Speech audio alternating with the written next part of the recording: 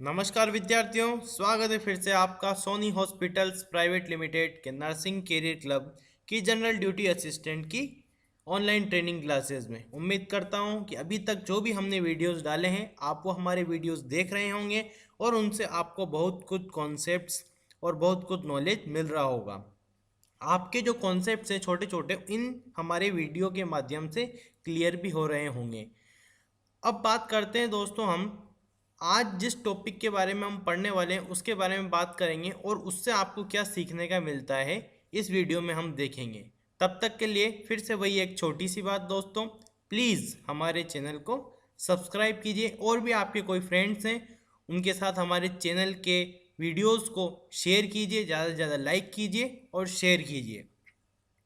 तब तक के लिए दोस्तों आगे बढ़ते हैं और हम बात करेंगे आज जिस टॉपिक की, वह है दैनिक गतिविधियों में मदद, यानी जो मरीज की डेली केयर एक्टिविटीज़ है उनमें आपको कैसे हेल्प करनी है एज ए जीडीए के तौर पे। हमने इससे पहले 12.1 की बात करी थी और उसी 12 यूनिट का ये 12.2 सब यूनिट है। तो आइए दोस्तों हम बात करते हैं कि क्या क्या हम इस वीडियो में पढ़ने वाले हैं। जो पहला है वो है मरीज के देखभाल की योजना। आप मरीज का देखभाल करेंगे उसमें आपको क्या प्लानिंग बनानी है। राइट साइड में दिए गए स्लाइड नंबर है, ये टॉपिक इस स्लाइड पर है। दूसरा टॉपिक है मरीज की देखभाल योजना जो हम करने वाले हैं उसका महत्व क्या है, उसकी इम्पोर्टेंस क्या है। तीसरा है मरीज को आपको खाना कैसे खिलाना है। चौथा, दिनचर्या में मरीज को खाना खिलाने के लिए किस किस सामग्री की ज़रूरत है। पांचवा, खाना खिलाने के प्रकार कौन से हैं। छठा, मुंह से कैसे खाना खिलाएंगे। और सातवां, ट्यूब से यानी राइल्स ट्यूब, नेजोगेस्ट्रिक ट्यूब से आप कैसे खाना खिलाएंगे। आठवां है नसों में तरल पदार्थ को कैसे भेजना है, इंट्रावेनस यानी नसों के माध्यम से। नवा है मरीज को खाना खिलाते समय आपकी क्या भूमिका रहेगी। आप एक जीडी स्टूडेंट हैं, जीडी वाले हैं, तो आपकी क्या भूमिका रहेगी। 10वां है चिकित्सा स्थिति साथ ग्रस्त मरीज को खाना खिलाने के दौरान सावधानियाँ। जो व्यक्ति क्रिटिकल केयर है या क्रिटिकल पेशेंट है उसको कैसे खाना खिलाना है और उसको खाना खिलाते वक्त क्या हमको सावधानियां रखनी है। 11वां है भोजन परोसने के लिए दिशा निर्देश क्या है। जब आप पेशेंट को भोजन परोसेंगे तो किन किन गाइडलाइंस को फॉलो करना है। 12वां है खाद्य पोषण और आहार शास्त्र। 13वां है मधुमेह मरीज के लिए आहार। मधुमेह यानी जो डायबिटिक पेशेंट है जिसको डायबिटीज़ हुआ है तो उसमें हम किन किन फूड को प्रिस्क्राइब करेंगे, कैसा भोजन उसको प्रिस्क्राइब करेंगे। और लास्ट है हृदय रोग में आहार। दोस्तों इनसे पहले भी हमने जो वीडियोस हमारे चैनल पे अपलोड करे हैं उनमें ज़्यादातर हमने डायबिटीज़ और हाइपरटेंशन यानी हृदय रोग संबंधी बीमारी की बात करी है। आज हम उन्हीं बीमारियों के आहार की बात करेंगे। तो चलिए दोस्तों हम बात करते हैं, इसी के साथ हम अपनी पढ़ाई को शुरू करते हैं। यहाँ से पहला है मरीज के देखभाल की योजना। आप जब एक मरीज की देखभाल करेंगे तो उसको कैसे प्लानिंग करनी है और क्या क्या केयर देंगे। एक सामान्य ड्यूटी सहायक को एनीमा या ऑपरेशन के लिए मरीज को तैयार करने जैसे कुछ सरल प्रक्रियाओं का प्रदर्शन करना होता है। जब भी आप कोई प्रक्रिया करोगे उस प्रक्रिया से पूर्व मरीज को क्या करना है, तैयार करना है, उसको जो प्रोसीजर है उस प्रोसीजर को समझाना है। ये विभिन्न प्रक्रियाएं मरीज की देखभाल प्रबंधन का एक हिस्सा है और देखभाल की योजना में निर्देशित प्रक्रियाओं के प्रदर्शन में नर्सों की सहायता करती है। ये जो जितनी भी प्रक्रिया है दोस्तों, ये जब मरीज की देखभाल करोगे तो उसमें एक आपको सहायता प्रदान करेगी। साथ के साथ जो हेड नर्स है या जिस नर्स के अंडर में आप वर्क कर रहे हैं उस नर्स को भी काफ़ी कुछ हेल्प मिलेगी पेशेंट केयर के दौरान। मरीज की देखभाल योजना का मतलब है मरीज की ज़रूरतों के हिसाब अपनी सेवाओं की योजना बनाना। मतलब जो पेशेंट की नीड्स है उन पेशेंट की नीड्स के अकॉर्डिंग आपकी प्लानिंग होनी चाहिए। एक सामान्य ड्यूटी सहायक के रूप में आपको अपनी सेवाओं की योजना मरीज की ज़रूरतों के हिसाब से बनानी चाहिए और वह होनी भी चाहिए। ये भी मरीज के अधिकारों के अंतर्गत आता है। आगे है उनसे जल्दी से ठीक होने में मदद करने के लिए मरीज की ज़रूरतों को जानना। मरीज की हालात के बारे में देख रहे डॉक्टर और नर्स के साथ परामर्श करना, मतलब जब आप मरीज की देखभाल करेंगे तब साथ के साथ मरीज की जो कंडीशन है उसको क्या करना है, पूरा असिस करना है। अस्पताल में उनके रहने के दौरान मरीज की गतिविधि सूची बनाना, मतलब जो मरीज की डेली केयर एक्टिविटीज़ है पूरे दिन में उसका शेड्यूल है, उस शेड्यूल को बनाना।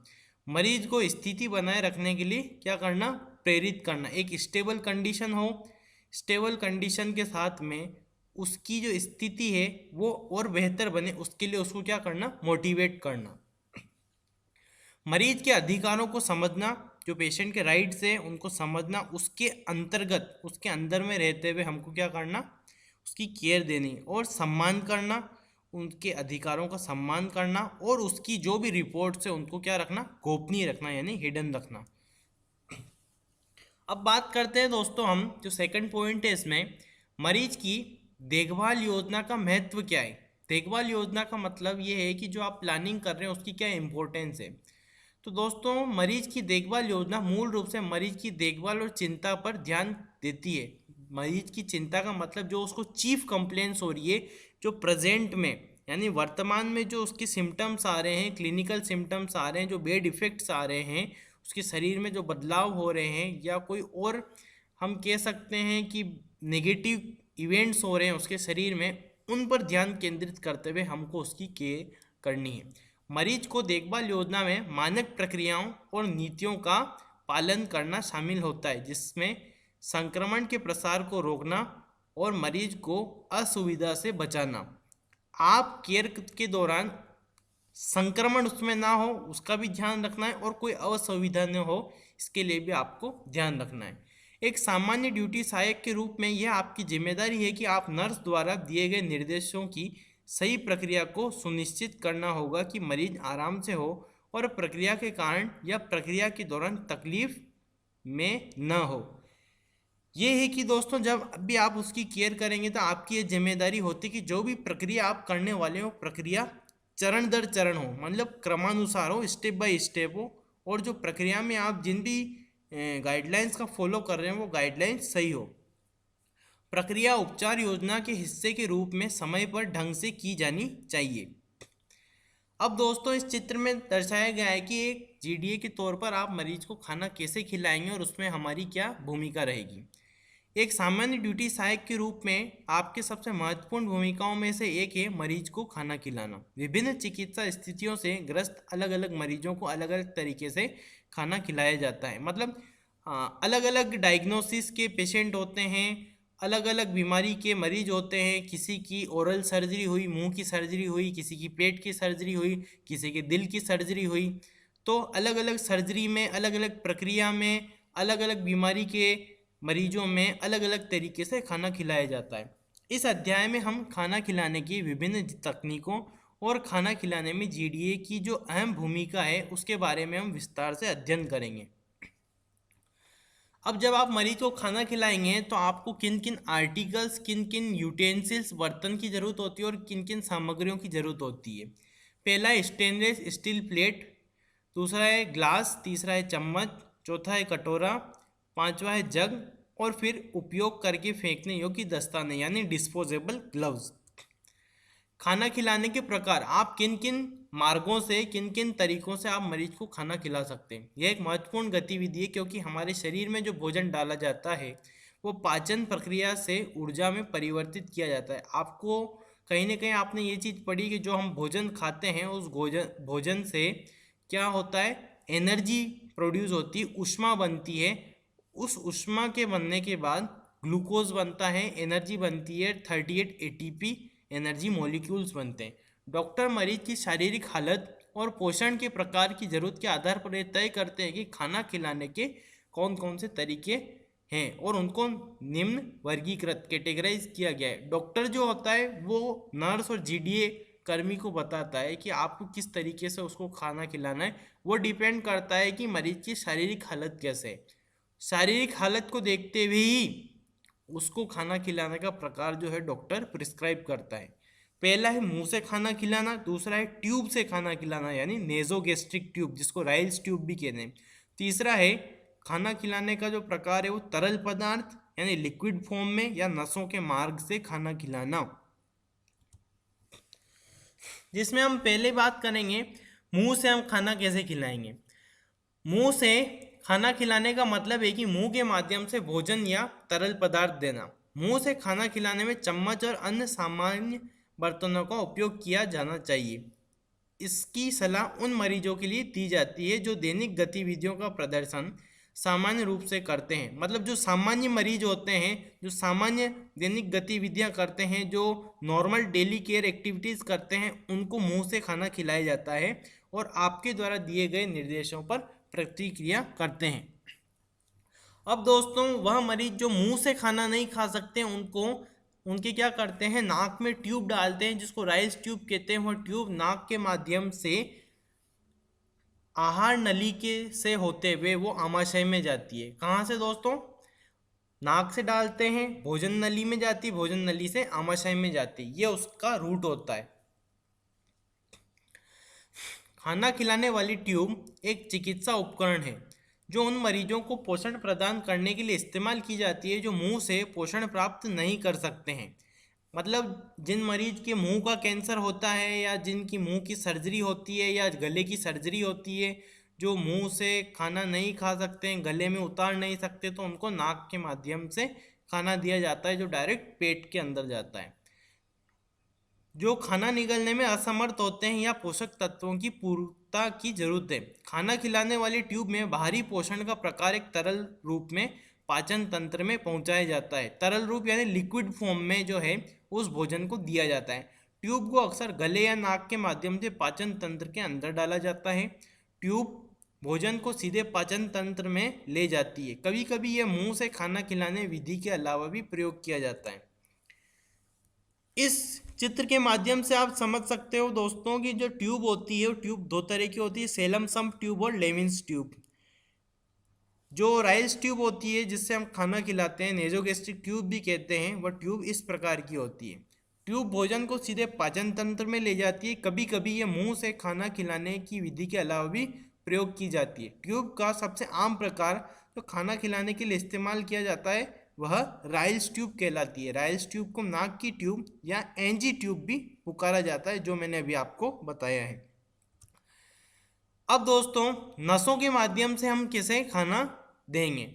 नसों में तरल पदार्थ या प्लेट लाइन का इस्तेमाल उन मरीजों के मामले में किया जाता है जो आपकी सहायता के साथ भी खाना खाने में समर्थ होते हैं। यह एक अल्पकालिक उपकरण है जो नस के माध्यम से खून में आवश्यक पोषक तत्वों से युक्त तरल पदार्थ देने के लिए इस्तेमाल किया जाता है। मतलब जरूरत नहीं होती है इसमें कि आप वहाँ जाएंगे, उन मरीज को मुंह से खाना देंगे या फिर आप उनको पकड़ेंगे।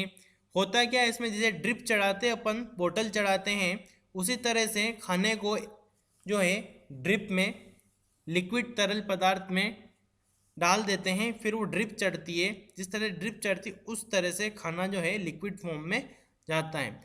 एक पट लाइन डालने की प्रक्रिया विशेष है और नर्स द्वारा की जाती है। पट लाइन आमतौर पर डॉक्टर के निर्देश पर नर्स द्वारा डाली जाती है।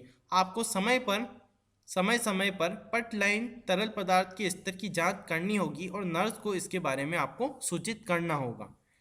अब इसी पर आधारित एक अभ्यास प्रश्न करते हैं दोस्तों। ट्यूब द्वारा भोजन देने से भोजन कहाँ जाता है? बहुत ही सरल है इसका जवाब कि जब आप राइल्स ट्यूब डालेंगे नाक के माध्यम से तो वो अंत में कहाँ जाएगी, क्योंकि हमको भोजन कहाँ देना है? पाचन तंत्र में देना है।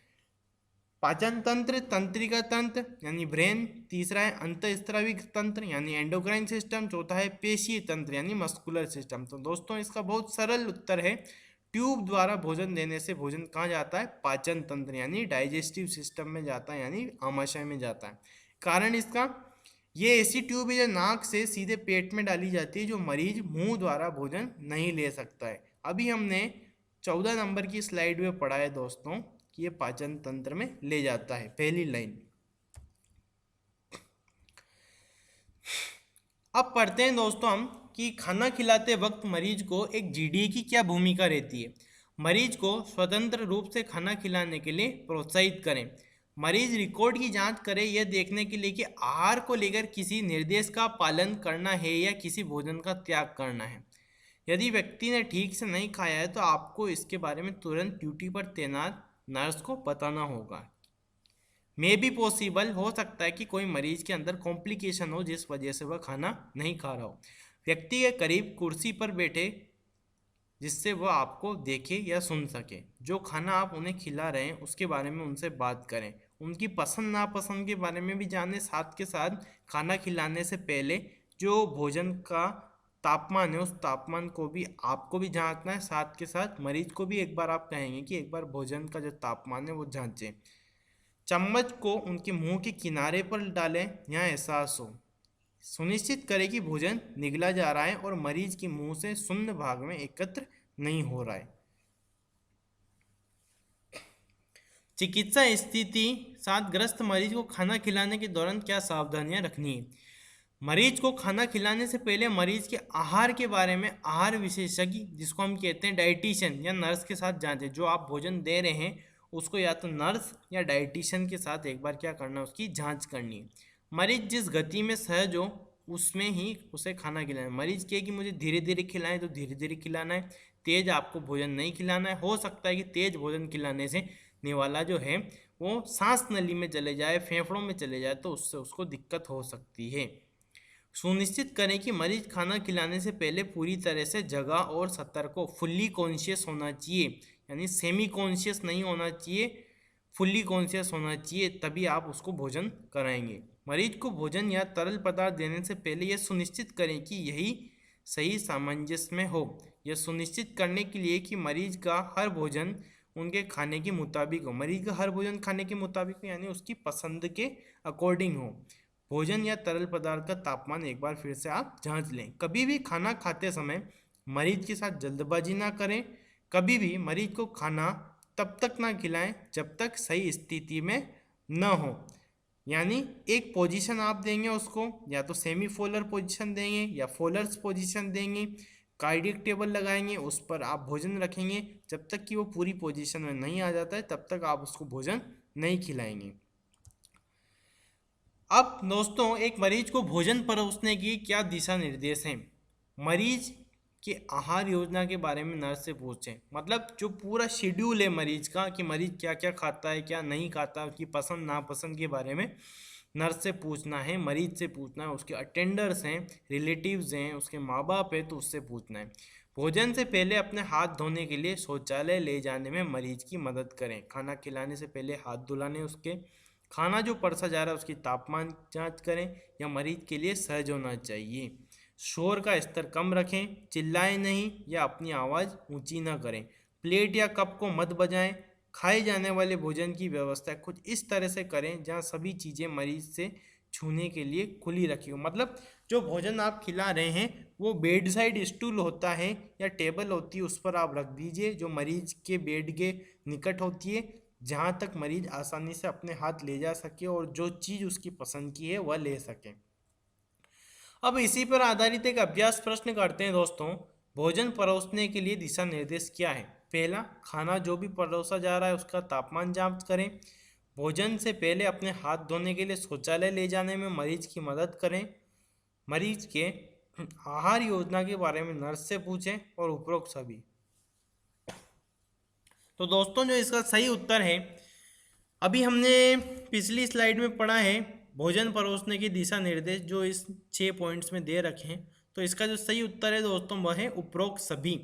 कारण क्या है, इन सभी दिशा निर्देशों को भोजन देते वक्त हमको फॉलो करना है जिससे मरीज को भोजन निकलने में दिक्कत ना हो। अब बात करते हैं दोस्तों खाद्य पोषण और आहार शास्त्र। जो आप भोजन ले रहे हैं वो संतुलित है या नहीं है, बैलेंस डाइट है या नहीं है। यदि बैलेंस डाइट नहीं है तो उससे क्या क्या आपको परेशानी आने वाली है। पहला है पेट की खराबी आएगी। दूसरा, जी मचलना, टिजीनेस, गिडीनेस, दस्त होगा, डायरिया होगा, ऐंठन, पेट में मरोड़े आएंगे, मस्कुलर क्रैम्प्स होंगे, उल्टी होगी, वॉमिटिंग होगी। अब दोस्तों हम बात करते हैं कि एक डायबिटिक पेशेंट है उसके लिए भोजन कैसा होना चाहिए। जो डायबिटिक मरीज है उसके लिए जो भोजन होना चाहिए वो सरल और स्वस्थ भोजन योजना होनी चाहिए। मतलब डाइटिशियन से आप पूछेंगे कि ये डायबिटिक पेशेंट है तो इस डायबिटिक पेशेंट को हमको भोजन में क्या क्या देना है, किस किस तरह का खाना देना है, किस किस प्रकार का भोजन देना है। जो पोषक तत्वों में उच्च हो, मतलब न्यूट्रिएंट्स होने चाहिए, लेकिन उसके अंदर जो फैट होना चाहिए वो फैट जो होना चाहिए, फैट और कैलोरी वो मीडियम होनी चाहिए। मरीज जो खाता है उसमें कार्बोहाइड्रेट बढ़ा हुआ नहीं होना चाहिए, कार्बोहाइड्रेट ज़्यादा नहीं होना चाहिए, क्योंकि कार्बोहाइड्रेट जो होता है वो ब्लड में जाता है और ब्लड ग्लूकोज लेवल को बढ़ा देता है, तो वो एक गलत नेगेटिव इम्पैक्ट डालता है। इसी पर आधारित एक अभ्यास प्रश्न करते हैं दोस्तों। जो डायबिटिक पेशेंट होता है उसके लिए कैसा आहार हमें देना चाहिए? पहला, वसा में कम। दूसरा, जो पोषक तत्वों में उच्च हो। तीसरा, कार्बोहाइड्रेट कम। और चौथा, उपरोक्त सभी। ये बहुत आसान सवाल है, आसान जवाब है इसका। अभी हमने पढ़ा है पिछली स्लाइड में कि जिसमें क्या हो, पोषक तत्व हो, जो वसा हो यानी फैट हो वो कम हो, कैलोरी जो हो मीडियम हो, और कार्बोहाइड्रेट ज़्यादा ना हो। तो इसका जो सही उत्तर है दोस्तों वह है उपरोक्त सभी। कारण क्या है? मधुमेह रोगी को संतुलित आहार न देने पर उसमें ब्लड ग्लूकोज लेवल बढ़ जाता है, जो उसके स्वास्थ्य में गिरावट करता है, जैसे चक्कर आना और आंखों से धुंधला दिखना। जो एक व्यक्ति हृदय रोग से पीड़ित है, यानी जिसको हार्ट की बीमारी है, उसको आप कैसा भोजन देंगे? मरीज जो दिल की बीमारी से पीड़ित है उन्हें स्वस्थ वसा, पोषक तत्वों, फाइबर, ओमेगा 3 फैटी एसिड होते हैं, और प्रोटीन जो खाद्य पदार्थ दिए जाएं जिनमें क्या हो, ओमेगा 3 और ओमेगा 3 से कोलेस्ट्रॉल नहीं होता है, यानी जो ब्लॉकेज होते हैं हार्ट में वो ब्लॉकेज नहीं होते हैं। साथ के साथ जो प्रोटीन होता है वो हार्ट की मसल्स जो होती है, कार्डियक मसल्स, उन कार्डियक मसल्स को क्या करता है, मजबूत बनाता है। जो हृदय रोग से पीड़ित हैं उनको अधिक से अधिक फल दें, हरी पत्तेदार सब्जियां दें, जो उनके लिए बहुत मददगार साबित होंगी। तो दोस्तों, उम्मीद करता हूँ कि इस वीडियो को आपने अंत तक देखा होगा और इस वीडियो से आपको बहुत कुछ सीखने का मिला होगा। किन मरीजों में कैसा खाना दिया जाता है, यह दोस्तों आप इसको जो है अपने घर पर कोई बीमार है या अपने रिश्तेदारी में कोई बीमार है, रिलेटिव्स आपके कोई बीमार है, तो उनको इस वीडियो के माध्यम से आप ये कॉन्सेप्ट ले सकते हैं और ये उन पर अप्लाई कर सकते हैं। इसमें कोई इतना ज़्यादा प्रैक्टिकल नॉलेज नहीं है, लेकिन ये क्या है, एक छोटी मोटी बातें जो हमको फॉलोअप करनी चाहिए खाना खाते वक्त। या आप हॉस्पिटल में जाएं तो इसको मरीज पर अप्लाई कर सकते हैं, इम्प्लीमेंट कर सकते हैं, लागू कर सकते हैं, या अपने कोई घर में है तो उन पर लागू कर सकते हैं। तब तक के लिए दोस्तों हमारे चैनल को लाइक कीजिए, शेयर कीजिए, सब्सक्राइब करना न भूले। फिर से मिलूंगा एक नए वीडियो के साथ, बने रहिए मेरे साथ मेरे चैनल पर। तब तक के लिए thank you guys, see you soon again, फिर मिलेंगे।